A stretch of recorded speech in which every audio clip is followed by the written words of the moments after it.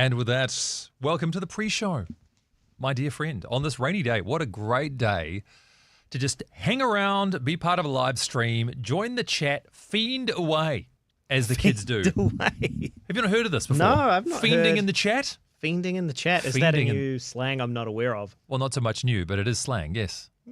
Yeah, fiend away, my friends. You Welcome to the fiend. show where fiending is okay, so long as it's done in a well-supervised environment.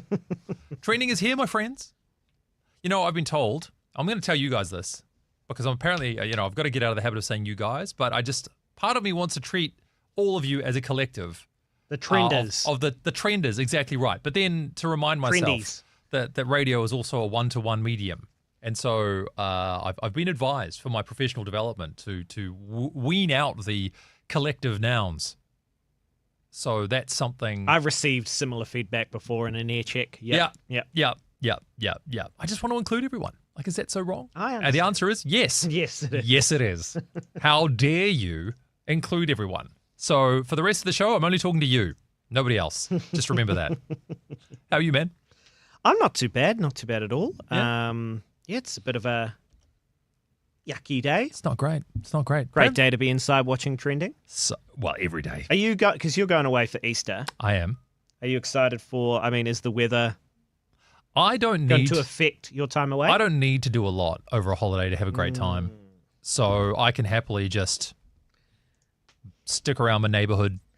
You're not one of those pretend active resters. I don't even know. Like, I find people who are active relaxers very suspicious. What are you hiding? What are you hiding from? What does a voice in your head say when you sit down for more than 10 minutes? I mean, Jesus sat down is all I'm saying. Jesus sat down. He had his work to do, and then he sat down. God himself The Lord commanded. rested on the seventh day. Exactly. Who are you, O man or woman of God, to deny the very nature of our Lord and Savior?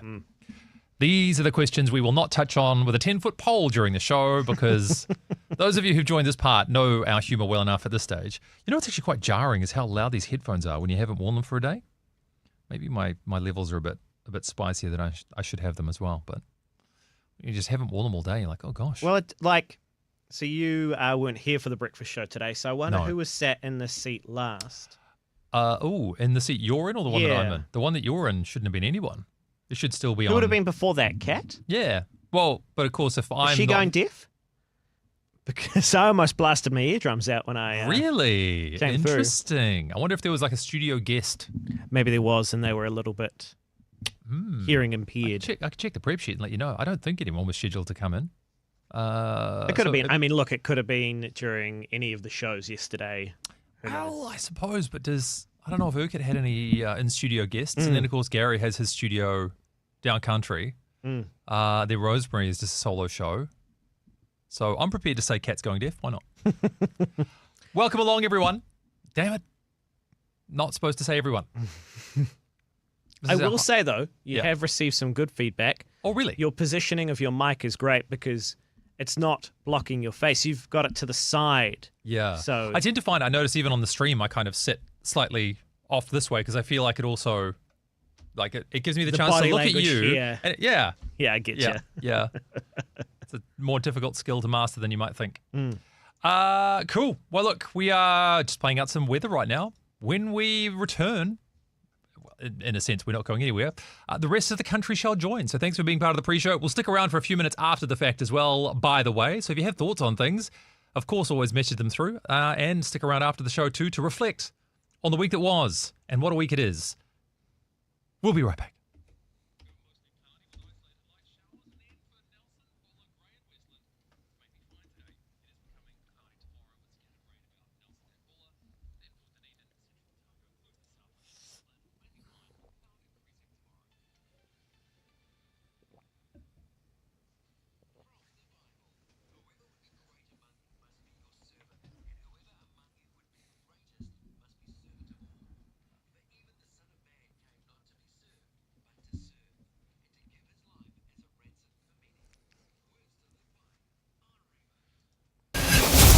Live on air and online. Trending with Andrew Curtis.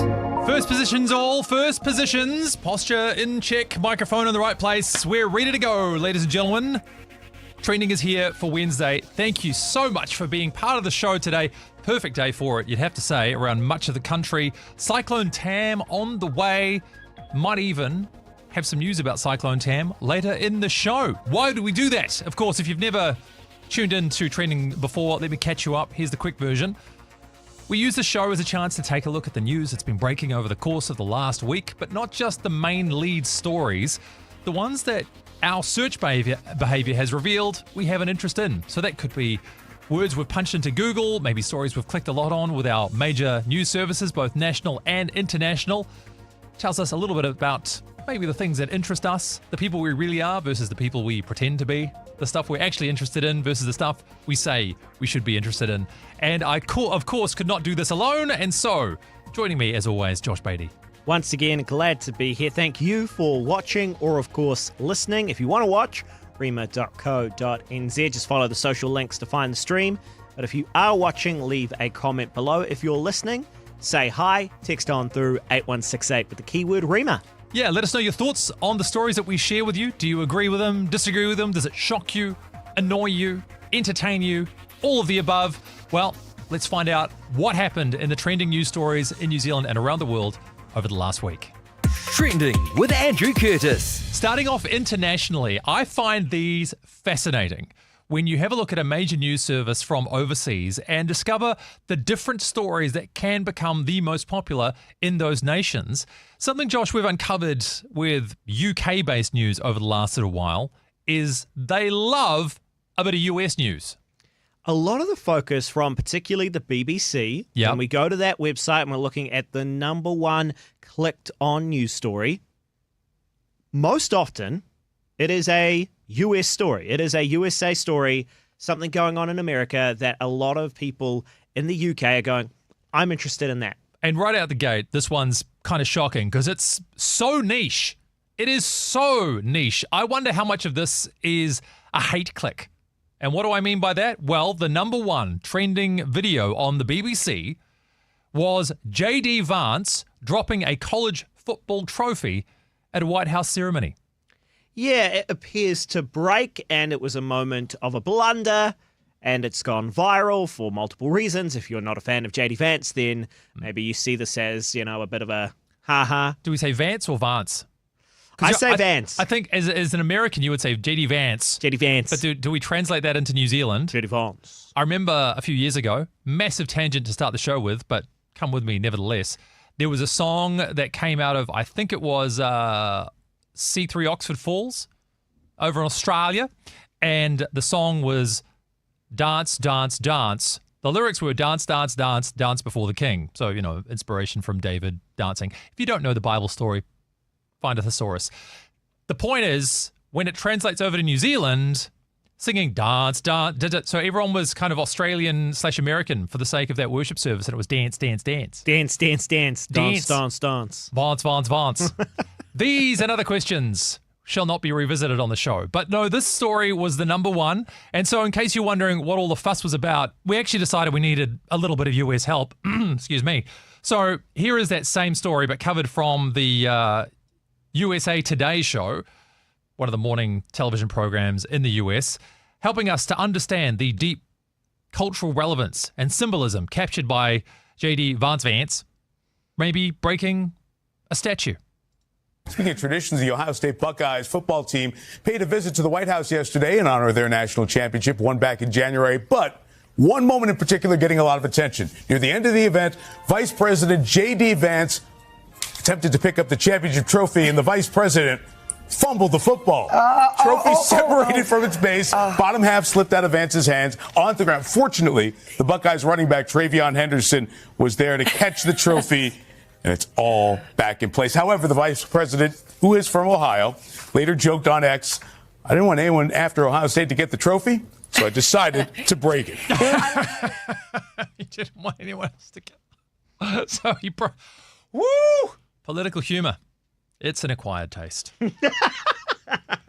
I'll say this, in his defense, that did look like a shoddily constructed trophy. It didn't appear like there was any form of fastening between the metal top layer and I don't know what the bottom base was made of. Okay, so I have to describe something for you, particularly for those listening right now. Yes, there was a base and then the trophy on top, but the base is just the pedestal that it stands in. It is not actually part of the trophy. Oh, really? So the mistake that JD Vance made was trying to pick up the base itself. He was just supposed to take said trophy out of the holder and be like, "Oh, look at me, here's the trophy, yeah. Yeah, honest mistake, because I would have done the same thing. Yeah. I looked at that and I thought, oh, the whole thing kind of goes together, but... Well, I mean, again, is this then a Rorschach test? Because you go, oh, JD Vance fumbled the football. What an idiot. What an idiot. What a fool. That guy's in But charge of my again, country. Yeah. As you say, if you had have been in that situation, you probably would have 100%. made the same mistake. Yeah. This is one of those things that I almost feel like is downstream of... have you ever watched a relationship breakdown before your very eyes and you see people starting to fight over stupid stuff and you think, wow, why on earth is that an issue? And you realize it's not really that problem at all. It's something that happened days, weeks, months, even years earlier. And now there's just an aggregation of small, banal little things that drive you absolutely insane. That is what the story is. The tip of the iceberg. This is the English breakdown in relationship with at least the right-leaning contingent of US politics. And now I feel very strongly that it was just motivated by hate clicks to get this to number one. I mean, it's a sport that they don't care about and a team they've probably never heard of. It's college football, not even the NFL, by the way. Which in America, that's still fine. Like they will pack out a stadium for college football quite easily. But you cannot tell me a large contingent of UK subjects are that motivated by US high school football. Yeah, because that was the number one trending story on the BBC, a story about JD Vance and football. Unbelievable. So let's bring it closer to home for the next one, shall we? Trending with Andrew Curtis. Number 13 in New Zealand for our Google search trends. Yes, that's right. We're able to find out what people were searching for, how many times they were searching for it. And around about 5,000 people, give or take, were searching for the Air New Zealand new uniforms. So for this one, admittedly, it's probably preferable for you to be with us on the stream so you can see these photos. Otherwise, I guess we'll do our best to describe what they look like. They're pretty, I was going to say nifty, and now I regret that choice of word. Don't like the word nifty? Do people say nifty these days? You can say nifty. I just did. Just be your own guy. Okay. Just say nifty. They're pretty nifty. Ha! Nifty! Who says that? Sound like an old man. That was a bait and switch, wasn't it? No, these are the new uniforms, and I'm looking at a photo of it right now. If you are joining us on the stream, again, just go to remo.co.nz, click through on the YouTube or Facebook links there to watch with us. Is it about time we finally admitted that nobody can wear purple? You have to be either a skin tone so fair you're almost transparent, or like as dark as a moonlit night. Like that you've got, like, that's where you have to be. Anywhere in between, a lighter shade of skin, and it just, I don't know, doesn't work. It's not complimentary if you ask me. We should have got a color analyst on the show. Missed opportunity. If you're a color analyst, how would you make this work? Surely somebody listening or watching right now has some background in clothing, makeup, hair, or whatever it is. Because the purple, to me, Josh, not sold. See, I don't know that I agree with you, Andrew. I think they look pretty, again, spiffy, nifty. I don't know what is happening to me on your... You think I'd take fashion advice from a guy who says spiffy and nifty? I am literally wearing the jacket that both you and I own. I do not have that jacket. I don't have the pocket in the front. No, it's very similar. It is, well, now you're walking it back, and it's got a different collar than yours. It's a little But you wouldn't notice these details, would you, Josh? You wouldn't notice these well, things at all. What I reckon is, particularly for those watching, you make your own comment. Let's see what you think. In fact, if you've seen them and you're listening right now, what do you reckon? Yay or nay for the new uniforms for Air New Zealand? You can vote by texting 8168 keyword Rema, or leave a comment below if you are watching. Check them out. Have a look. Are you pro or against? Do you think we look good? Are we presenting ourselves well to the rest of the world? Or is purple just really nobody's colour? There is, of course, a liberal dose of black, as you would expect with this too. And so we've gone with a pinstripe look. There is something old-fashioned about it that I also can't decide if I like or not. I believe that was intentional by the designer, reading the article previously, that it was inspired by the first ever Air New Zealand uniforms. I mean, you'd hope it's intentional, wouldn't you? I mean, otherwise you'd be like, "What? Why are there stripes all over these jackets? Who put the? I didn't. Did you? Who put? What's going on?" I meant the way that you said it's akin to sort of an older look. Yeah, and it harkens back to the days of, was it Teal? I believe it was called Tasman something airline. Oh, help me out! Somebody who's more of my mother's age would be able to tell me. She'll know. We have a bit of a aeronautical history as a family, so she stayed on top of all the stuff, and I let it blissfully slip through my mind so that I could not recall it at times like this. Otherwise, would you be happy to wear this, Josh? Of the outfits that you can see before you right now, we have the pilot's outfit on the left, obviously with the hat there. We have the gentleman in the middle with also the black, but maybe a less distinct pinstripe look. And then even the gentleman with the formal lava on the right. Yeah, I mean, I think I look pretty good in the pilot's outfit. I'd probably be, arrested for impersonating a pilot. I don't know if that is a crime. I think it's only a problem if you try to fly the plane. Like if you just dress as a pilot, I don't think it's the same as, say, a police officer. A police officer, for example. A catch me if you can situation. Only one way to find out, Josh. Trending with Andrew Curtis. Moving then from fashion to the warehouse, where it's been rumoured, yes, I'm getting confirmation, everyone gets a bargain. You also make it sound like you don't really get fashionable items at the warehouse. I don't think anyone's shocked by that. I don't think even the warehouse themselves would be deeply offended. The warehouse is amazing. If you need some staples that you don't really care what happens to them long term, or just need an emergency something or other, warehouse, absolutely go-to place. Well, on One News, the warehouse found themselves in a rather unenviable position. They were the number one news story. This is our major national news service, ladies and gentlemen. Your state fund, your tax dollars hard at work, and highlighting the egregious abuse of power committed by the warehouse. And the headline was this: man battles the warehouse for months over a small broken lawnmower part. Yes, so a gentleman named Alan Smith, he brought a lawnmower from the warehouse. He wanted to buy a New Zealand-made product to support local. What a guy. So got this lawnmower. Now, he counts himself as a bit of a handyman, not, an expert by any means. But after only a few months, the lawnmower broke. And so he noticed that it was the fuel line. It needed a repair. It, however, was a little bit different to just a typical fuel line. For some reason, it kind of diverted at the end. All this to say, it wasn't as easy to get a replacement part. So he took it in to be repaired. Couldn't be repaired. He said, okay, I'll do it myself. Called the warehouse. They said, we just don't have that part in stock. We'll offer you $50 store credit, but sorry, we can't do that. Apparently, as part of the consumer laws here in New Zealand, they should be able to supply a replacement part. Sure. And eventually, once Fair Go got in touch with the warehouse, they went, look, here's one. We found it. Did I say we didn't have one? What I meant was, if I say no enough, maybe you'll go away. I looked even further back in the storeroom, I'll look out the back. I looked even further out the back, and there it was. Well, and look, perhaps even more egregious in this, because as you mentioned, Alan is a patriotic Kiwi, and if he's going to buy a lawnmower, by gum, he's going to buy a New Zealand one. What's the New Zealand equivalent of saying by gum? By gum doesn't really sound very... Anyway, the point is this. It turned out that although he bought a lawnmower that had a Kiwi-sounding name, it was made in Australia. Dun, dun, dun. Should have known something was wrong when it started bunny hopping for no reason. Like a kangaroo. Australian. By the way, Ahitapu has got in touch via the Facebook to say, yay for the purple. You like the purple? All right. Maybe there's something about wearing purple I haven't figured out, but I'm prepared to... Look, just because you don't pull off purple doesn't mean everybody else doesn't.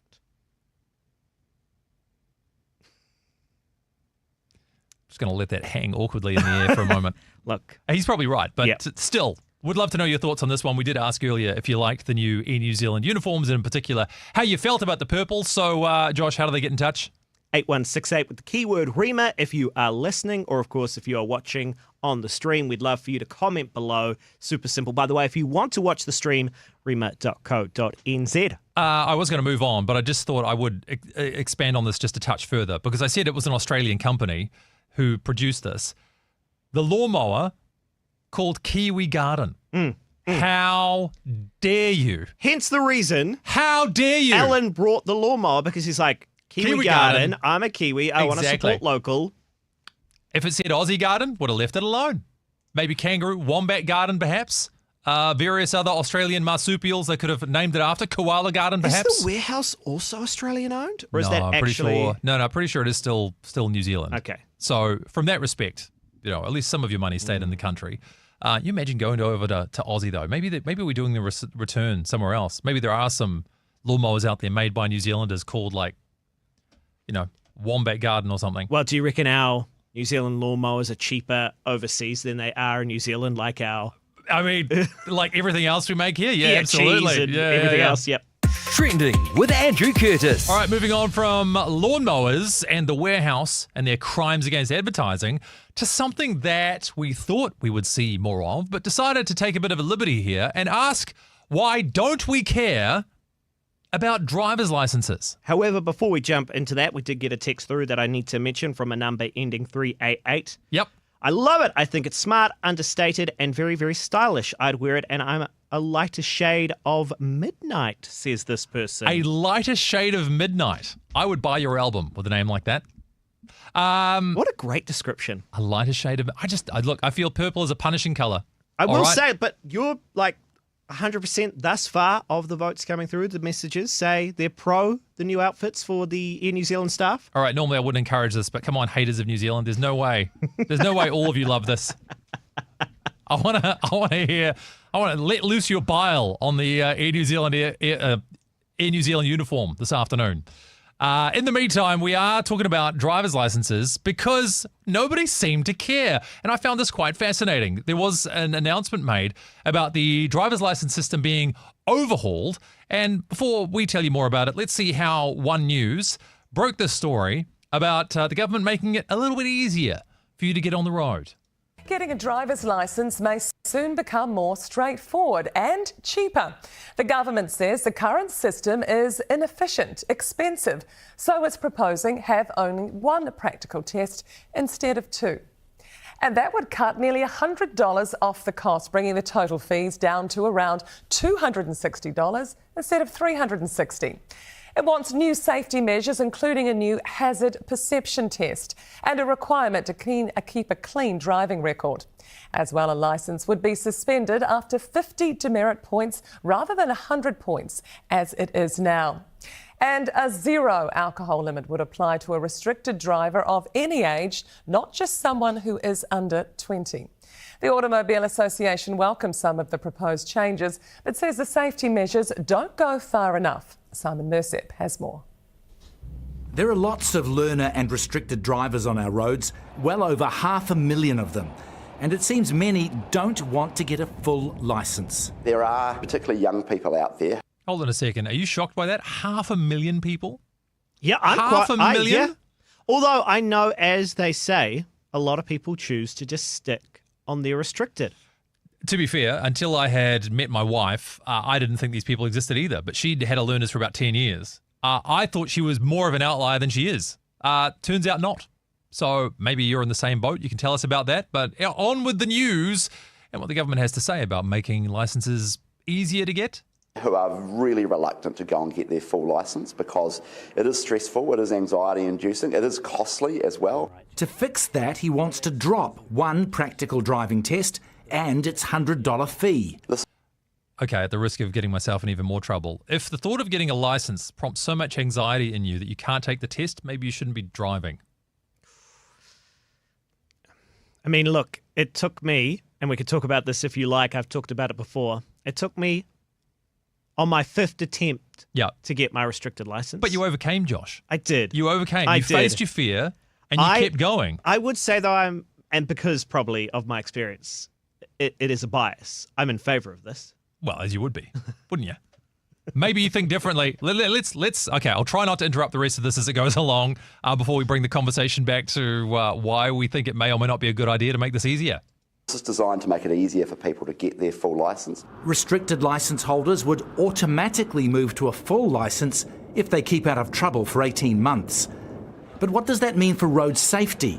The AA points out New Zealand already has one of the worst records for crashes. If we just got our crash rate amongst young people down to the same as Australia, it would mean 20 less young people dying each and every year in New Zealand. The government believes it's got the balance right with its proposed changes to things like demerit points and zero tolerance on alcohol.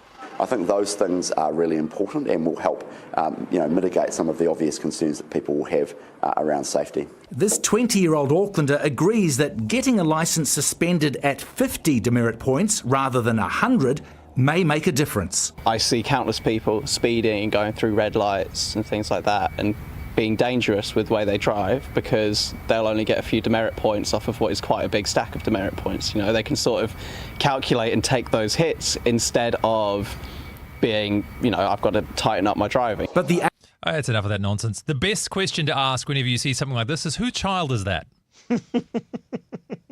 If you're not watching the stream, you were missing out, by the way, so check it out, rema.co.nz. Yeah, some of my strongest facial work during that clip. There was a number of times where, this 20-year-old who they spoke to, again, how do you find a random 20-year-old for a news story? I guarantee you somebody around the office went, right, does anybody know anybody who is doing their license right now? Oh, yep, my nephew is doing his one right now. All right, let's get him. Let's see is he good in front of a camera? All right, let's go. And, so there they go and take a camera and stick it in his driveway and say, hey, check your oil, like a learner driver ever does. And, right, we're talking, though, about your experience getting a license, Josh. Would you like me to quickly recap what happened? Well, no, because we just know you took 5 times to get it, right? Yeah. So would just automatically progressing to a full license after a restricted be a fair reflection of your driving skills at the first point of failure? No, well, see, the first time I failed, the car failed before I even sat the test. And so this is a bit of a word of warning, is make sure the car is working. One of the brake lights was faulty. Okay. But I didn't even get to, Okay, show straight how... All right, so second test. I want to know about the times you failed on your mechanical merits. Okay, so the first time I failed for all things of going too slow because I was quite nervous. I was in a 60 and I thought I was in a 50. I was doing 45 instead of being 5 under. I was 15 under. Right, okay. So again, I didn't fail off any, I guess, impeding the traffic is what it was called. Were there road signs? There were. Apparently, apparently I was supposed to have seen, the road sign was behind me as I pulled out, and I should have checked and seen in the distance in my rear vision mirror that it said 60. Uh-huh. So you're saying there were signs up? Yeah, I am. Yeah. Look. See, this is exactly why. I got the first time I set my full. Hang on. I got it. Isn't this the whole reason why you have external assessors for things? If you ask a person, should you have failed? No. At no time should I have failed. I tell you what, I'm a great driver. Look, here's the thing. Statistically, 50% of you listening right now are worse than average drivers. Well, that's a very good point. So deal with it. I'll tell you what, the time that I literally burst a tire during the test, I definitely should have failed. Well, yeah, that happened. And the time that you didn't check the speed signs and ended up driving too slow when you should have been going closer to 60. Let's change the topic quickly. I don't know if we can. No, look, because Felicity's got in touch and she says, I love the purple and wear it a lot. I hate those uniforms. They're awful. Ooh. Yes! That's what we wanted. That did not go where I thought it was going to go. Yeah. Because she said she loved the purple. Yes. Wears it a lot, but hates the uniform. Not a fan. And thinks they're awful. Well, I will say the patterns are a bit much sometimes, as somebody who doesn't wear a lot of patterns anyway. So again, just speaking from my own thoughts, feelings, and experiences around patterns, they get a bit carried away. Like one of the waistcoats, I think, has this like a feather pattern on it. Mm. So like these looks like purple feathers on the back, sort of. By the way, I've also just noticed we've got a few more people watching on the stream, both Facebook and YouTube than normal, potentially due to the school holidays and the miserable day. Hey-o. If you didn't know, this is Trending. Thank you so much. Hope you're enjoying your time here. These are the trending news stories from the week that was. Trending with Andrew Curtis. Actually, one last thing before I move on from this. Did you love the part in that story, too, where they said the government believes that they've got the balance just right? Wow. Of course they do. Of course they do. Of course they do. Imagine them saying, well, the government has come up with these plans and realised they're actually a bit deficient and probably won't achieve what they want them to. When has that ever happened without the threat of legal action? Almost did a literal spit take there. Little spit takes. All your spit takes for your Wednesday. Okay, let's probably move on now. Trending with Andrew Curtis. Looking at more of the stories that captured people's attentions in New Zealand and around the world. Now, this one, again, fascinating because it's on Al Jazeera. Now, Al Jazeera, Middle Eastern-based news service, often has a lot of news about what's going on, say, through Israel-Palestine and the region that you don't really find other places. So it can be fascinating to follow for that reason. But what was popular this time around, similar perhaps to the BBC, was an article about Donald Trump and El Salvador. Well, this is a continuation of a story that we've even mentioned already on Trending in previous weeks. It's got a lot of attention, so maybe not surprising to see it garnering more clicks. A individual who was extradited to El Salvador incorrectly. Yep. And they've both said, Trump and the Prime Minister of El Salvador, they're not going to do anything about it. Yeah, so before we share much more on this, let's see what Al Jazeera had to say about a story where the El Salvadorian President Bukele says he's not going to return the guy who was deported to his country incorrectly. El Salvador's president's arrival at the White House comes as the Trump administration is under pressure. In any other context, that guy's a drug dealer. Wait. Do you see the outfit? Wait, bring it back. All right.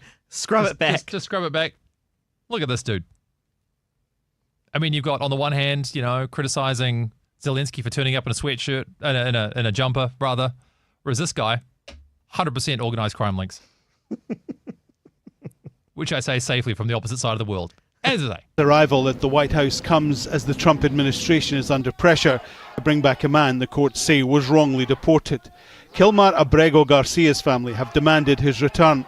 He arrived in the US illegally from El Salvador 14 years ago, but was rounded up in a recent immigration crackdown. A court initially blocked his deportation on grounds he feared for his safety, but the plane carrying him and others had already left.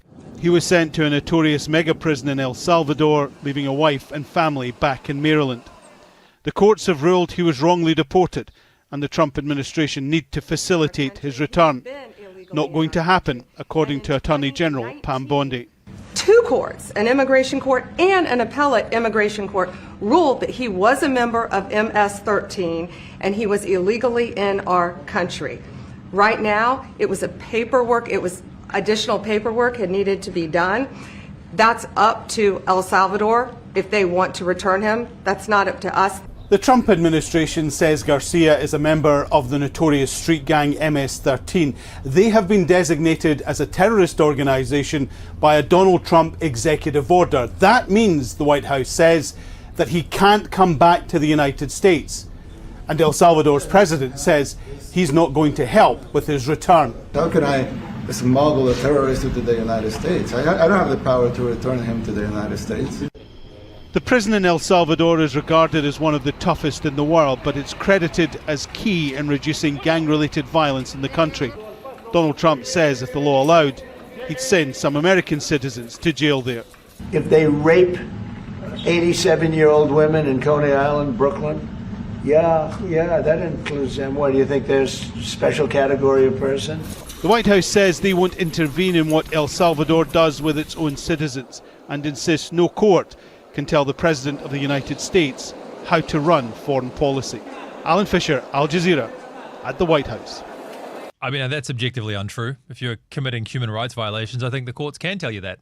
I think that's kind of what they're for. Isn't that what courts are for? I feel like, but then again, that's a little bit of the Donald Trump way of doing things. And so much to pull from in this as well. Different things will stand up to you based on your views on Donald Trump and the way that he goes about doing what he does.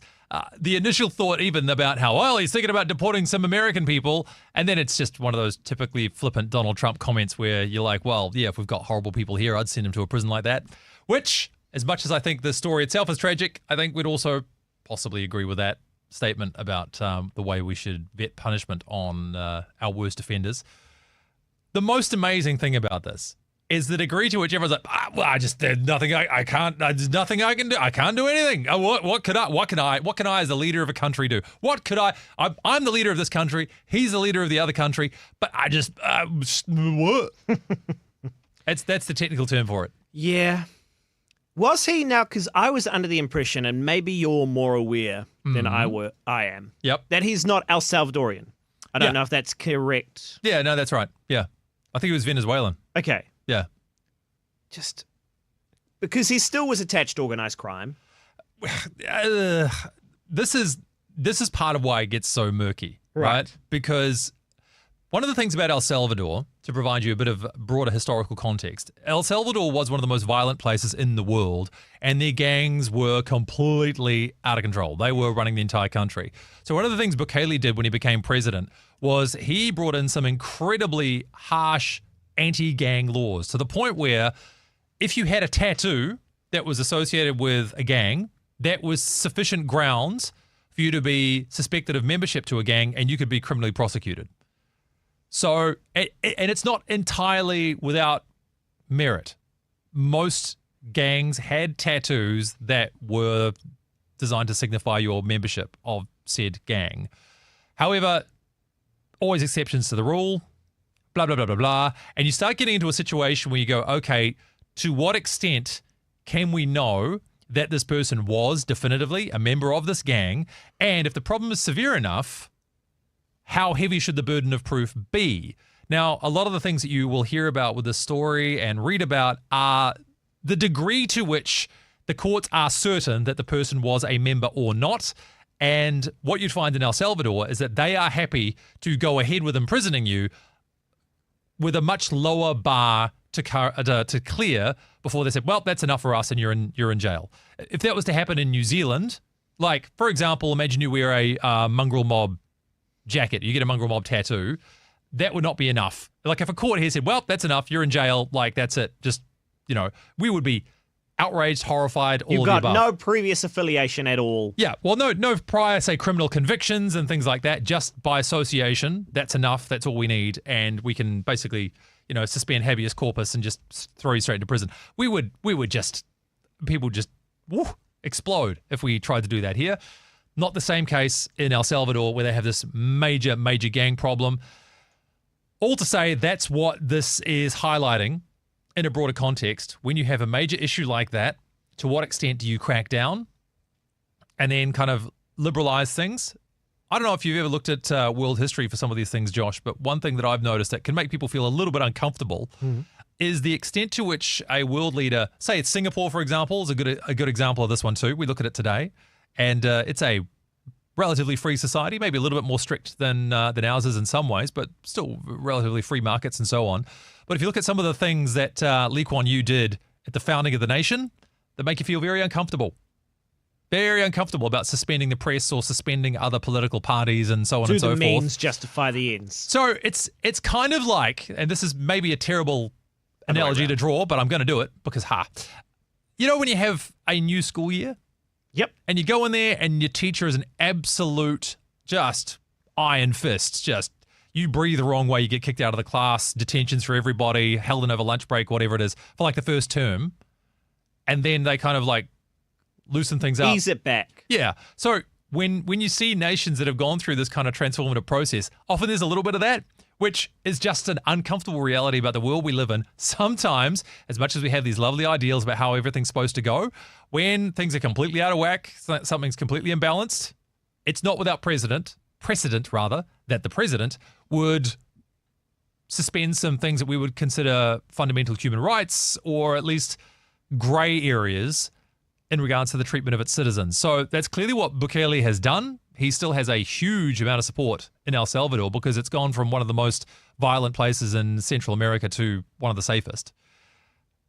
But then moments like this happen, and in his case, he's prepared to be like, well, you can't make an omelet without breaking a few eggs. Let's move on. Yeah, it seems like maybe, though, Trump and the US are taking advantage of that. Oh, 100%. And El Salvador does not want to disrupt the United States of America. Sure. Well, they also know the game they're playing, if you ask me. Like, they know that they're all in this room together, and if so long as they all just stick to the same script, then they all get out of it okay. Like, it's frustrating and it drives everybody else crazy, but they can sit there and be like, well, there's nothing I can do. Can you do anything, President of El Salvador? No, I can't do anything either. No, couldn't possibly. Do you want me to do anything? Well, I would never tell you what to do as a leader of another country. Yeah, sure, because leaders of other countries never tell other countries how to behave. Right.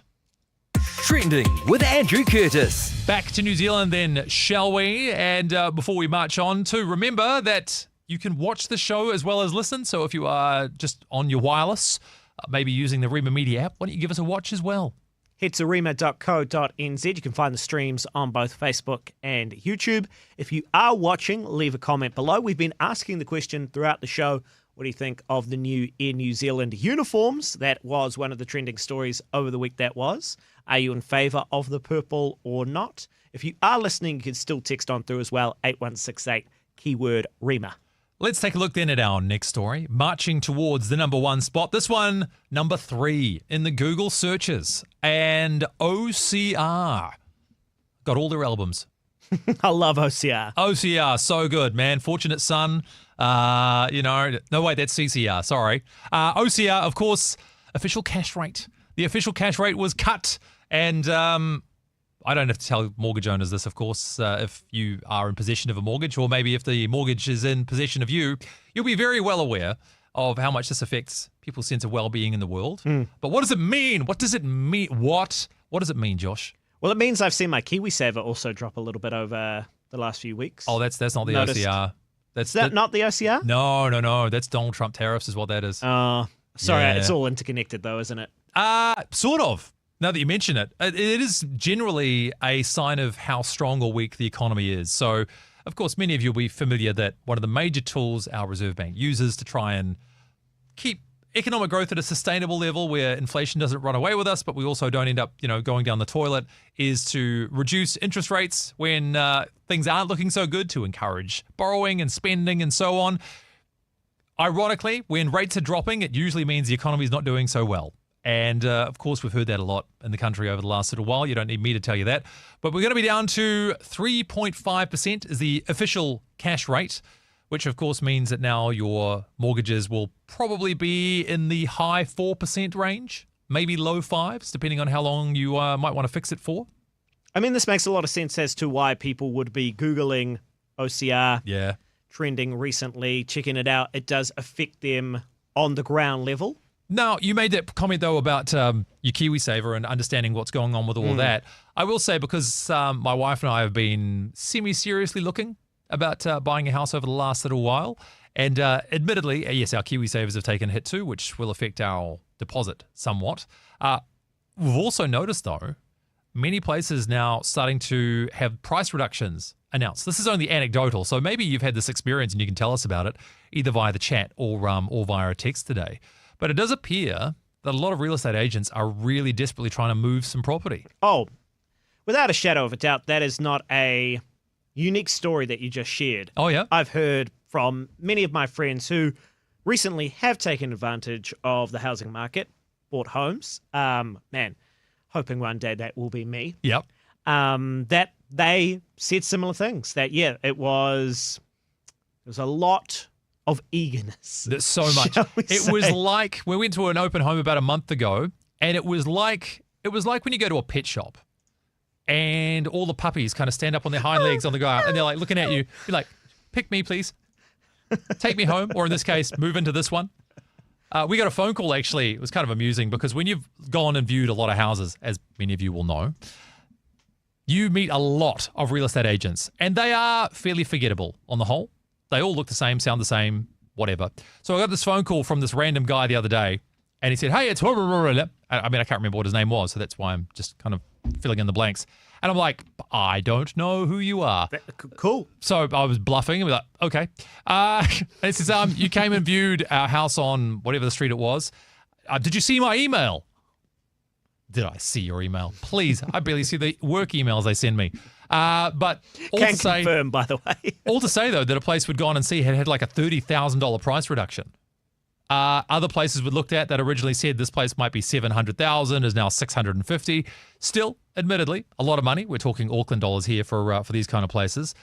But it does show that these places, they're feeling the pressure, feeling the burn. It was pointed out to me a little while ago, too, that anyone who built homes, so property developers, for example, in the last few years, that would have done so on the floating rates from the last year or two when the rates were towards their highest. So they would have been borrowing to build these houses at around about 7 or 8%. So they've been carrying the can for quite a while. And it's getting to the point now where they just need to, if nothing else, just sell what they've got so they can break even and get out. It's quite a buyer's market at the moment. It is quite the buyer's market, which always sucks when you've also heard that the economy is on the downhill and people don't have job security and nobody's got cash. So it's like, gosh, if only I had heaps of money. Yeah. But then, of course, if you had heaps of money, we wouldn't be in the situation and, the fun goes on. Actually going now to a text from about a previous story we've talked about the driver's licenses from Tim from Palmy. Go on, He said, Tim. Love hearing from Tim. Hey, fellas, good news, bad news. Okay. Hear me out. So I just drove to get my lunch and then back to the job site. Good news is the boss was in the green and yellow shop and didn't see me. Oh, good. Okay. That is good news. Bad news is I drove through 2 sets of lights twice each time, and 3 people drove through red lights on my green light and on my free turn. We don't need more underqualified drivers on the road. Cheers. Tim, first of all, glad the boss didn't see. Secondly, this is exactly what I'm talking about. To remove the practical component feels like the wrong thing to do. Like, it's the doing that's hard. Like, the written test, let's be honest, it's not that difficult, is it? Especially multiple choice. Especially it's multiple choice. Like, I can understand maybe, 1 or 2 fails along the line, but certainly that's the easy part. You're not going to kill somebody by getting a written test wrong. You might harm yourself or harm somebody else because you don't know how to get behind the wheel. And I know I said it somewhat flippantly, but there is certainly a grain of truth to it. If the thought of doing a driving test freaks you out so much that you can't do it competently, you should not be driving. Driving is a stressful thing. Driving in high traffic, driving when there's a lot of cars around, driving, taking account for the fact that there are other people next to you who may also be stressed out, maybe they're distracted or whatever it is, you've got to be able to handle that situation. And if you can't handle that situation, sure, it might speak to the fact that we don't have very good public transport in New Zealand, which is maybe another problem to talk about. Getting rid of the test does not feel like the right way to do it. You can make the test cheaper to do. I'm okay with that. Make it easier to resit. Fine. No problem at all. But getting rid of the test? Well, to clarify, there would still be one practical test. It wouldn't be a restricted, then a full. But what do you reckon? Do you agree with Andrew or do you disagree? 8168 with the keyword REMA, or of course, if you are watching the stream right now, hi to you, and also leave a comment below. Before we move on, I will say too, one additional aspect to think about with a driver's license is the demerit point issue. They talked about this during the story that we played from One News, maybe reducing the threshold from 100 down to 50. This is going to bite me because I'm going to say it's a good idea and then I'm going to be guilty of something and then rack up some demerit points and be like, nah. But New Zealand has an incredibly liberal approach when it comes to driving violations. If you are aware of, say, places like Germany is one of my favorite examples because people love to point to, say, the Autobahns, right? The unrestricted motorways where you can go as fast as your car will carry you. But if you say overtake somebody on the left, license gone, see you later. They are absolutely ruthless. Right. If you break the driving rules, you will know all about it. Germans notoriously sticklers for details, shall we say. Somewhat humorless about it. Also, the rumour goes. So maybe that is something to think about in New Zealand as well. What do we do when people break our road rules? Are we too soft on that as well? Well, yeah, I'm all for the 0% alcohol limit change, reducing that. That seems like a no-brainer. Whether or not, this changes, this is the proposal. It is yet to be seen. What do you reckon, though? 8168 keyword REMA, or leave that comment below. Trending with Andrew Curtis. Heading now back overseas, and a story that popped up in all sorts of different places, but did manage to get number 1 on The Guardian in the UK, one of our favourite UK news services. Blue Origin crew, including Katy Perry, safely returns to Earth after spaceflight. This was the number 1 news story over in the UK. Katy Perry's an astronaut. Woo! If she can do it, anybody can. She's not really. I mean, technically. There was some, what's the word? Some people were unhappy about the fact that these women were being labelled as astronauts, as opposed to, somebody described it as basically catching an Uber to space. I heard the same thing, and I thought, man, that is bang on. Yeah. It's a glorified space Uber. It is. And one of the things that I read as well said how it was led by Jeff Bezos' fiance, Lauren Sanchez. Led by? led by? Was she the one responsible in the event of an emergency? She was the one calling the shots, deploying the safety devices, led by? Seems like it's doing a fair amount of heavy lifting, but all right. Why don't we take a look at The Guardian and their coverage of it? Be prepared for some incredibly insightful observations about the personal impact of space Ubering. 5, 4, command engine start, 2, 1, ignition.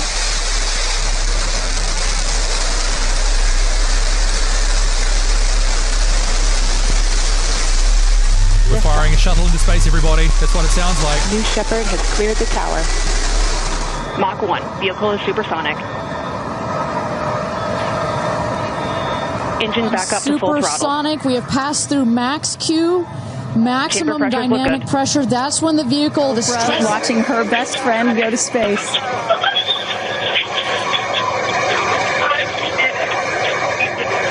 There is live footage of Oprah Winfrey crying as her friend flies into space on the Blue Origin rocket. That is what is newsworthy with this story. And you will see a puff of smoke when it touches down, a puff of dust. That's normal. A puff of dust, last milliseconds, air cushion that will kick up the dust. It's a very soft landing despite the sporty perception. There it is.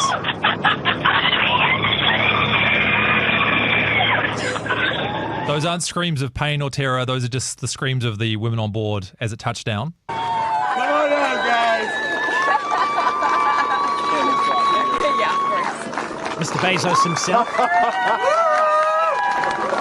Katie. They kiss the ground as they get out. All right, interview them. It's oddly quiet when you get up there. It's really quiet and peaceful. Get out of town. Space isn't quiet. Anyway. Peaceful. And you look down at the planet and you think, that's where we came from? And to me, it's such a reminder about how we need to do better, be better. I'm going to tell you something right now. You are officially an astronaut. Thank you so much. No, she's not. How do you feel? I feel super connected to love. So that's enough. That's enough. Super connected to love. I don't know whether or not this Blue Origin thing is running out of money, and maybe Jeff just needs to drum up a little more support for another round of funding, but this just feels like one of the most egregious advertising escapades that you could possibly have hosted. Like, is this a thing? Look, if this was just a bunch of dudes doing the same thing, I'd feel the same way. I promise you right now. Get a bunch of rando celebrities, put Ed Sheeran and Piers Morgan and trying to think of who their other... Sounds like the beginning of a bad joke. Walk into a shuttle and the barman says... Anyway. Still, number one story. I suppose it's novel. It's unique in some way. I don't want to know what the selection criteria was. Apparently, also Katy Perry sung What a Wonderful World while they were up there in the capsule. So it wasn't oddly silent. Katie, shut up! Trending with Andrew Curtis. Call of the day from Josh Bader. Yeah, let's move on from that one to the number one story that we wouldn't normally maybe cover because it is sporting related, but a huge amount of interest in this one. But before we get to it... Yeah, we got a comment through once again from Felicity via the YouTube stream. Thank you for watching, Felicity. I don't think this whole license thing will change things very much. If you have a kid, you can have all the perks of a full license when you only have your learners. True. If you're married, same thing. Yes. And, of course, as long as you don't get caught, you don't need a license at all. Well, yeah, look, we're being a little bit facetious, but... I'm being a lot bit facetious. Facetious. Yep. But that's also the reality for a lot of people. Yeah. Well, actually, I just saw Ross has got in touch as well on the text 8168 with the first word Rima. Do you guys see that a lot of New Zealanders cannot read? What do you mean, Ross? Stop means stop, not giving way. I mean, you're right, Ross. We have enough trouble keeping the road rules as they are already. This is kind of what I was saying before. Like, the consequences of breaking these are not very high. So maybe that's a thing we need to think about. I would love to know too if somebody has done some kind of in-depth analysis on what the cause of the majority of our car accidents actually are. Like, do we actually know? Surely we must. You would think, but we we have never, some sort of insight. we never hear about it. There's probably some inconvenient truth about it that we're just like, You've got to think drink driving is near the top of the list. But is it? I mean, I have no doubt that it'll be a factor.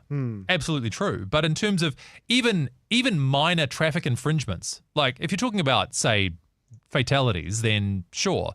But I would consider that Using a lot of that cell stuff, phone while driving? There you go, exactly. A lot of these things are kind of downstream of some bad habits you've racked up through the years that, then, you add, say, alcohol to the mix, and then this is how you have these road toll stats that are such a blight. I would just love to know if somebody's actually thought about what the majority of our accidents are caused by, and can we address those things? Because coming back to my original point, testing people less to see if they're competent on the road and can handle the stresses of being behind the wheel does not feel like the right thing to do. Trending with Andrew Curtis. So let's then look at our number one story over the last week. To give you some sense of context, right? The OCR that we talked about before, the official cash rate, had about 20,000 people searching for it over the last week on the old Google A. The number one story, 100,000 plus searches. 5 times as many people, the Masters Golf. It's a sports story. It's in a New sports Zealand. story, but you can't look past that sort of popularity. I think part of it, though, was the story behind it with Rory McIlroy and winning himself a green jacket. Strange, like sartorial rewards for sports.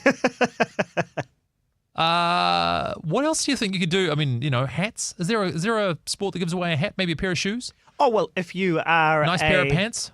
If you're a decorated All Black, if you reach 100 caps, you literally get... They actually do give you caps. That's true. I think you get a 50th cap and then a... Yeah, I think cap. they do that with cricket as well. They talk about, getting test caps. That's a good point.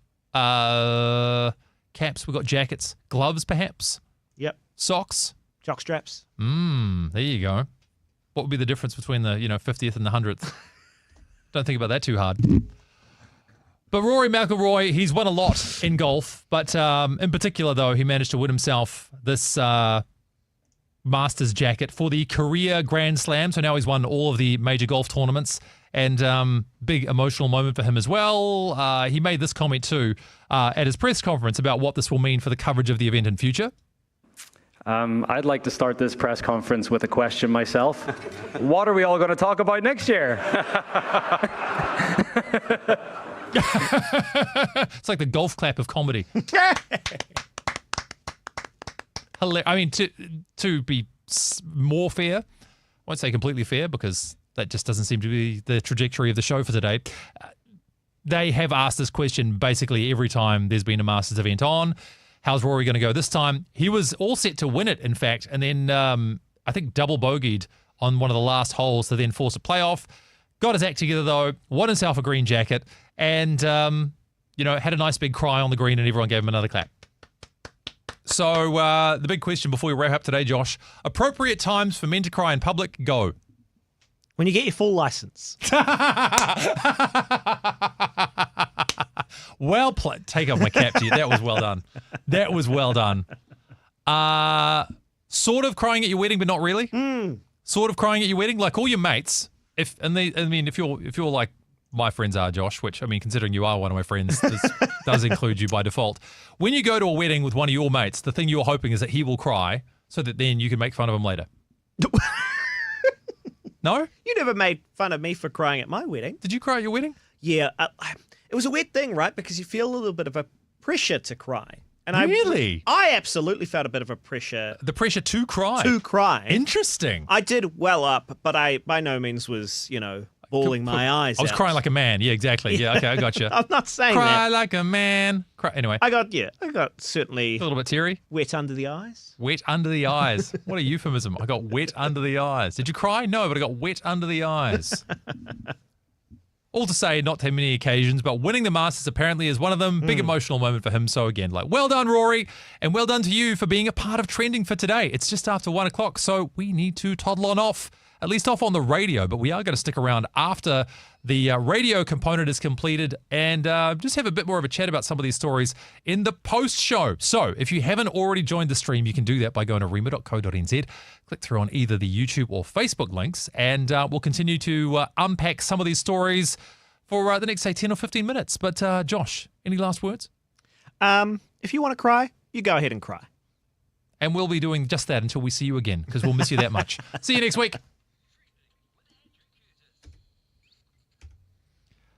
Alrighty then. And that is the show. Wowee. Yeah, other occasions, though, where you can cry as a man? What do you reckon? Birth of your child. Yeah, that's fair. Yep. Death of a loved one. How about this one? Hurting yourself. Depends. I'm going to say it's a hard no. I'm going to say the societal pressure. Really? I crushed my finger in a wood splitter. Ooh. I wonder if you can even see it on the stream. Oh yeah, yep. You got I can see there's a scar. That's quite a beefy scar as well. You can't really see it.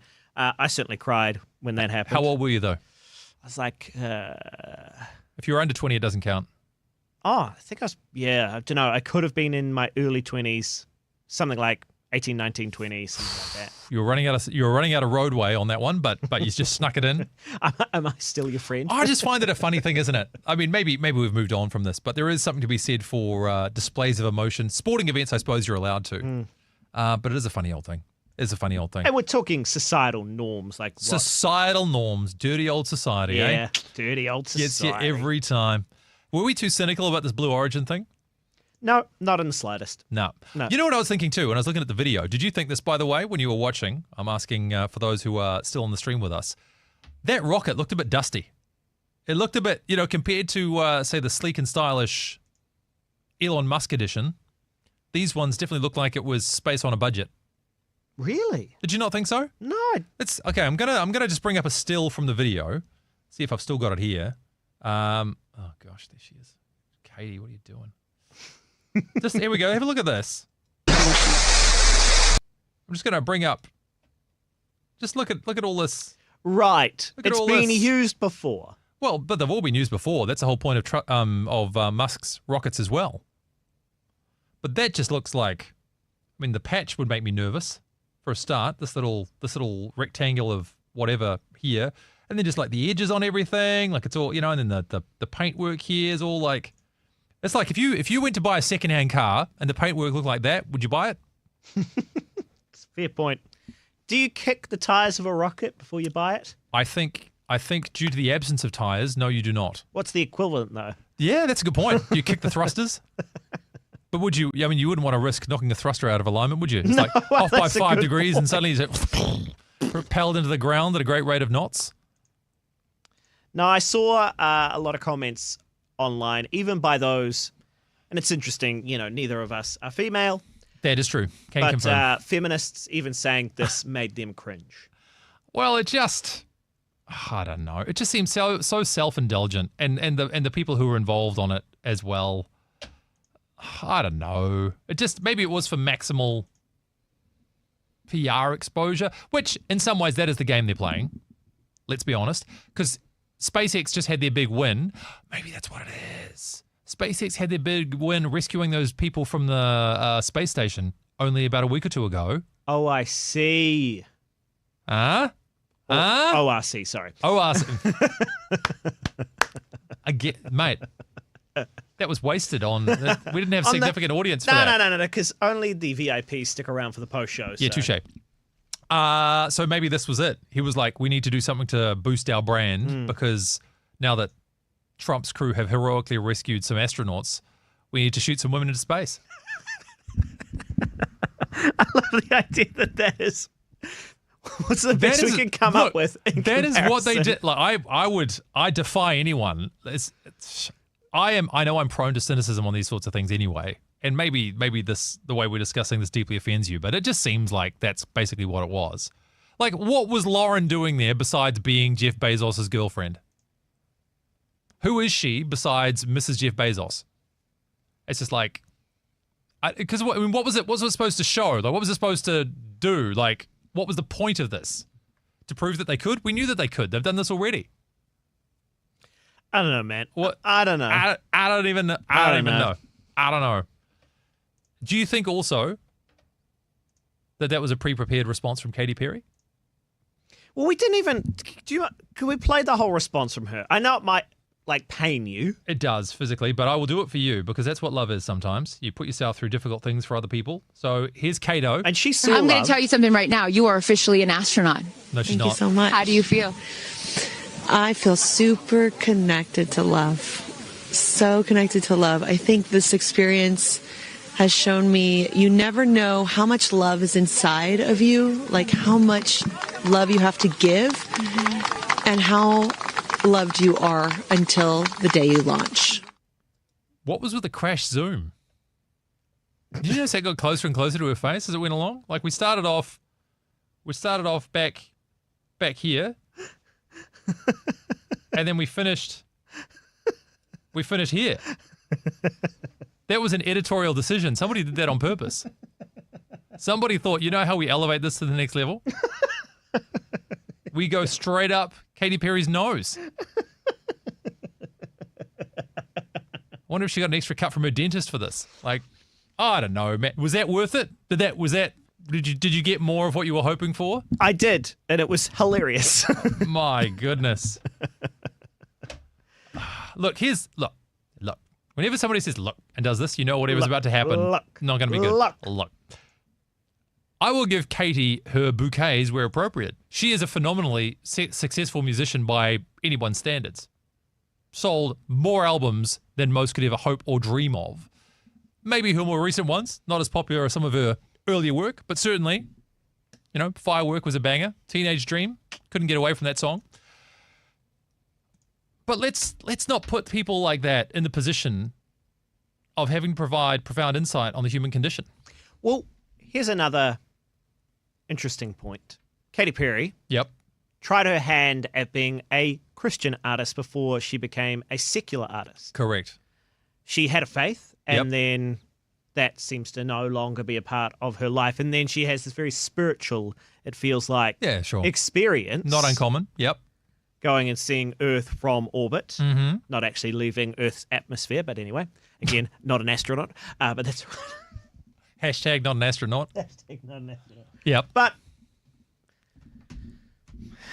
it's just the hollowness of that spiritual experience Sure. bleeds through.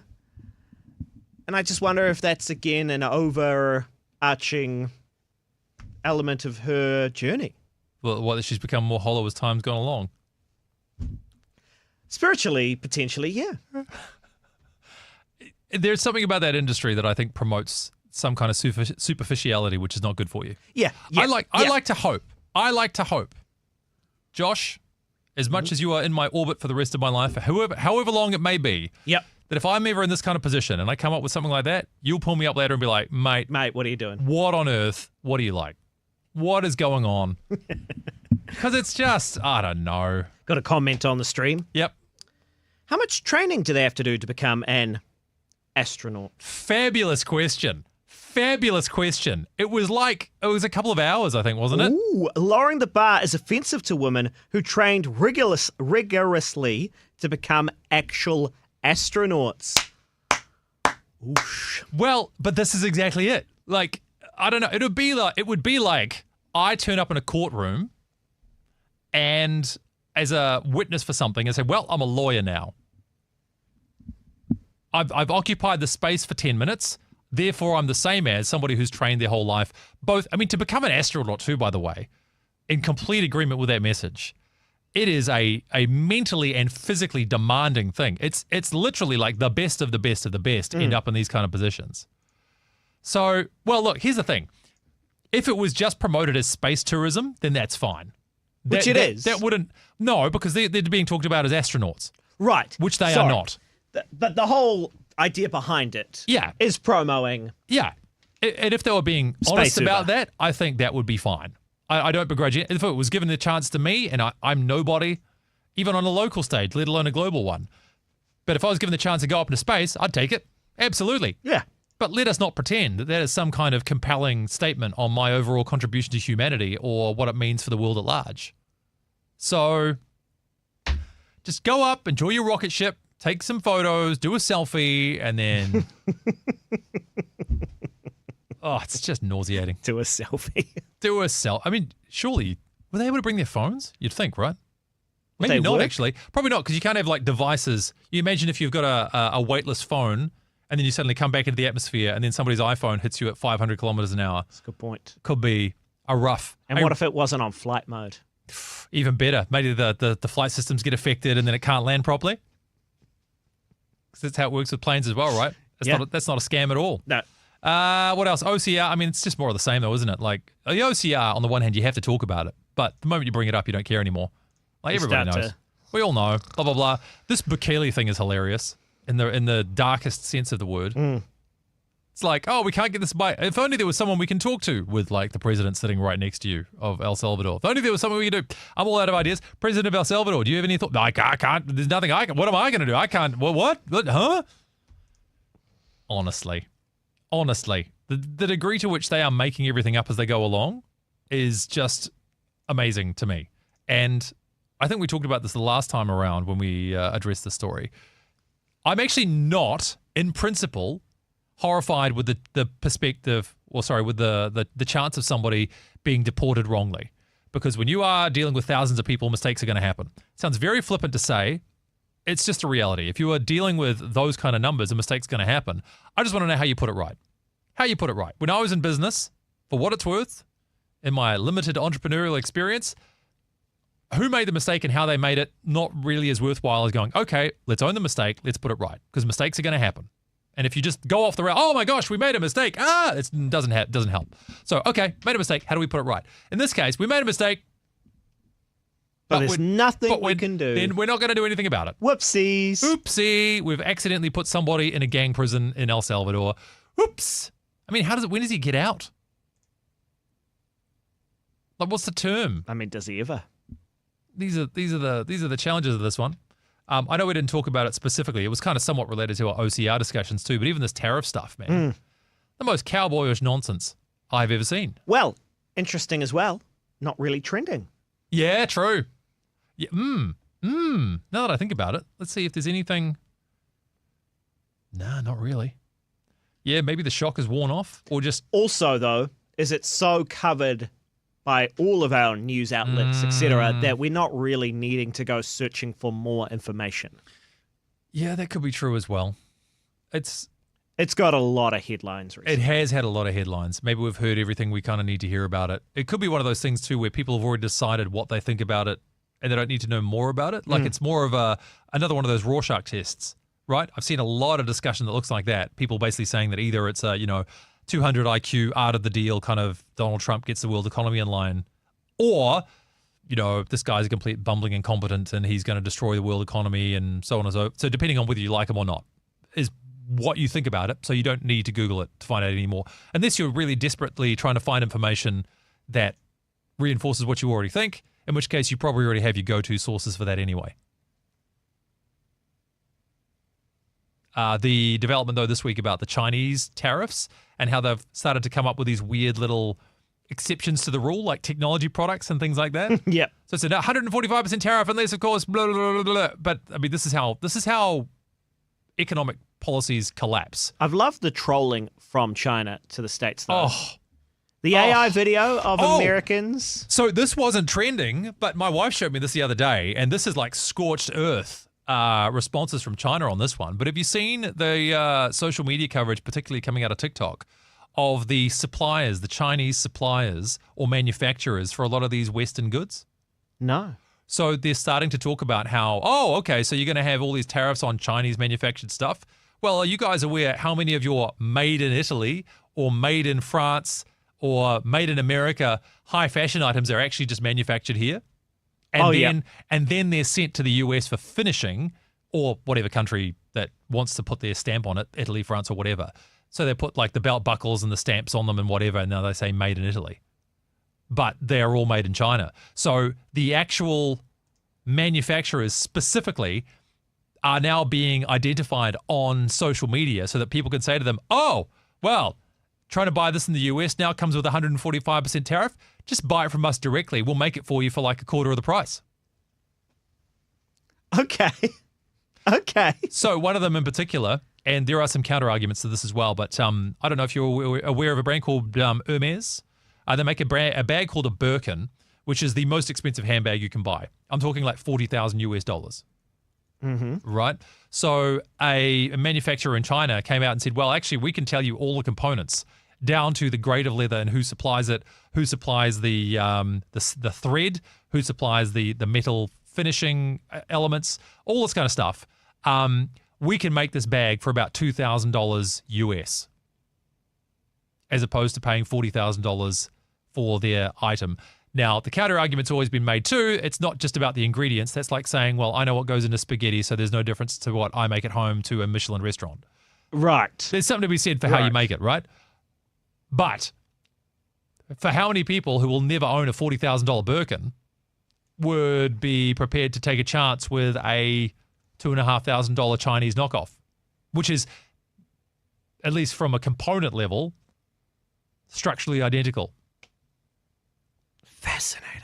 So it's popping up all over the place. All these people saying, oh, if you like Adidas activewear, this factory right here. If you want Lululemon, these guys make it. If you're da-da-da, so they're just, and then telling people about the Chinese websites where you could order the stuff directly from those companies. So they all do. Prada, you might have heard of as an Italian fashion house, are currently having a stroke over the fact that somebody identified how you can tell if your bag was made in China versus made in Italy. And there's a little number tag. I think it's 165 or 175 on the inside of the leather. And if you find a 175, it was made in Italy. But if it was a 165, it was made in China. And so there's all these social media clips of people losing their minds, realizing that their prized Prada luxury goods were actually made in China. Dun, dun, dun. Da, da, da. What about, I also love this moment. This has just happened, I believe. Oh, yeah. So the White House press secretary, Caroline Bondi Leavitt. Oh, Leavitt. Sorry, I was thinking about the Attorney General. Yes, you're right. Yep. She's been trolled by China. Naturally. Quite a bit because was making announcements about the tariffs. As you do. Wearing a beautiful red dress. Where was it made, Andrew? Where possibly could it have been made, that dress? So good. Where? There's only one place in the world. Yeah. Oh, that's so good. Yeah. That is so good. Yeah. Made in China. In a related note, there's been a lot of social media platforms, particularly again on X or Twitter, these very, aggressively nationalistic, MAGA accounts, for want of a better term, who have been saying like, well, just make your stuff in America, blah, blah, blah, blah, blah. And so there's this one guy in particular who's been going through all their accounts and say, oh, that's interesting. I noticed that you promote this line of apparel and clothing. It looks like you're actually buying blanks from this Chinese factory because we can determine that because you've copied and pasted the item description of the T-shirt from this factory. He said, so if you would like some help sourcing your own Buy America, stuff, I will, you can pay me and I will help you find an American-based manufacturer. But so many of these accounts that are like, yeah, Donald Trump, kicking butt, yeah, just make your stuff in America. And they're all like, yeah, but none of your merch is actually made in America anyway. So that's kind of funny. I mean, I'm pretty sure I saw official Make America Great Again hats on sale made in China. Yeah, would have to be. Well, look, the wider argument to all this stuff is that nobody in America wants to do these jobs. No. Have you seen the footage of these Chinese manufacturing facilities?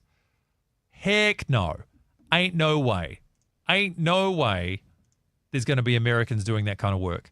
So one counter argument I heard made, did we talk about this the other week, where they're saying how it's going to actually, no, the work is going to be done by robots, but it'll just be Americans. Yes, that is exactly what we talked about, yeah. Mate, if you're some kind of like Rust Belt, Appalachian perhaps, 85 IQ, do you got to tell me that guy who would have done one of these entry-level manufacturing jobs is now going to become a robo-technician? No. No, they are not. And these are the people who've been punished. By the way, that's a bigger discussion about why Trump became so popular, because these elitists with their heads so far up their proverbials can't seem to understand that for people who are at the lower end of society, who maybe don't have the highest skill levels for whatever reason, you can debate why that is, but they're not able to take these high-paying professional jobs, are having their jobs eaten by robots and overseas manufacturing. So, yeah. Quite fascinating that it didn't show up as a story of its own in trending today. Yeah. Spent a lot of time talking about it, though, here in the post show. Yeah, we have. So, look, we better wrap things up for today then. But look, so good to have you with us for this part of the show too, and to see the comments coming through after the fact as well. No, look, just really appreciate it. We've been trying to build something special with the show, do something a little bit different, and it wouldn't be what it is without you choosing to be a part of it. So we'll do it again next week. Have fun. Be good. We'll see you next time.